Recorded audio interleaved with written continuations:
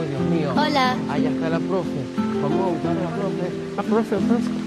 Profe. Profe, espere, no se vaya. Profe, espere, por favor, no se vaya. Profesora, nuestro proyecto. Diego, tu proyecto llega tarde. La fecha límite de entrega era esta mañana. Lo sentimos mucho, profe. Nos ha tardado tiempo en terminarlo. Por favor. Prometemos que la próxima vez entregaremos a tiempo.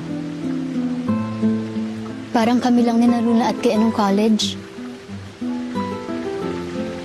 Está bien. Pero esta será la última vez que acepte entregas tarde, ¿entiendes? Sí, profe, muchas gracias. Muchas gracias. De nada. They look so passionate about their studies. Siguro gusto talaga nila ang pag-architecture. Buti pa sila.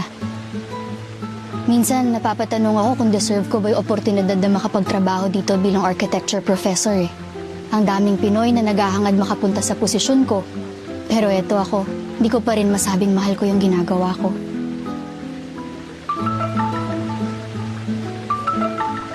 Hello? Tia, saan ka na? Paalisan ng university, papunta na. Bilisan mo. Andito kami sa cafe sa labas ng venue. Magsisimula na ang concert in an hour. Oo, sige. See you. Sinusubukan ko lang sumabay sa agos ng buhay kasi madalas wala naman akong plano.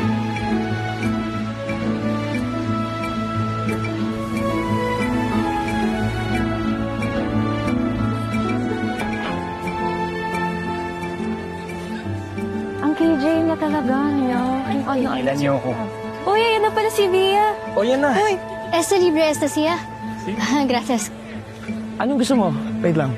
Ha? Hindi, okay lang ako. Sorry ang tagal ko kasi yung estudyante ko eh. Kakaupo lang din namin eh. Huwag mo kami judge pag umiyak kami mamaya sa concert, ah. Parang ready na kasi yung mga luha ko. Pag nakita ko siya at saka narinig ko yung boses niya, grabe. Feel ko tutulo na lang talaga siya. Walang problema kahit ako pa magbigay ng tissue sa inyo pampuna sa mga luha niyo. Boy, pero thank you at sumama ka kahit last minute yung yaya. Ito kasi si Gab at si Elena. Mahirap pilitin. Sorry, girls. Ibang Pinoy artist fave ko eh.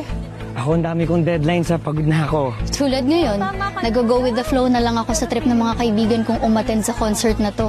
Hindi ko nga kilala yung artist eh. Pipi-play niya, kantahin niya yung yung my favorite movie. Pinunod ko yan. OA naman na ito. Kapangalan lang siguro. Marami namang ganung song titles, di ba? Oo nga.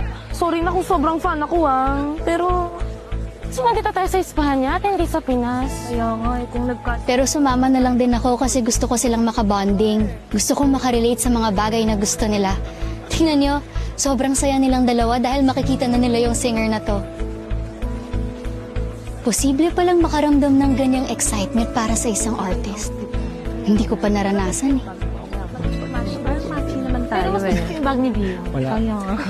Kaya nga. Minsan na lang ako Tagal na Kanda yun. din.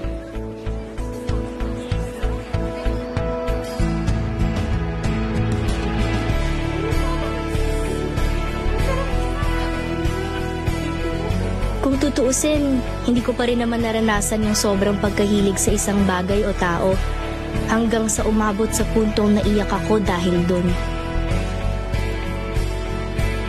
Maliban na lang siguro sa isang tao. OMG! Ang pogi ni Larkin Sanchez! Oh my gosh! Buti na lang, ang ganda ng pwesto natin. Kaya Nasa harap tayo! Tara na, Mia. Excited na kami makilala mo si Larkin. Tara na. Una na kayo, sunod ako. Sure ka? Oh, sige. Tinawa ka na.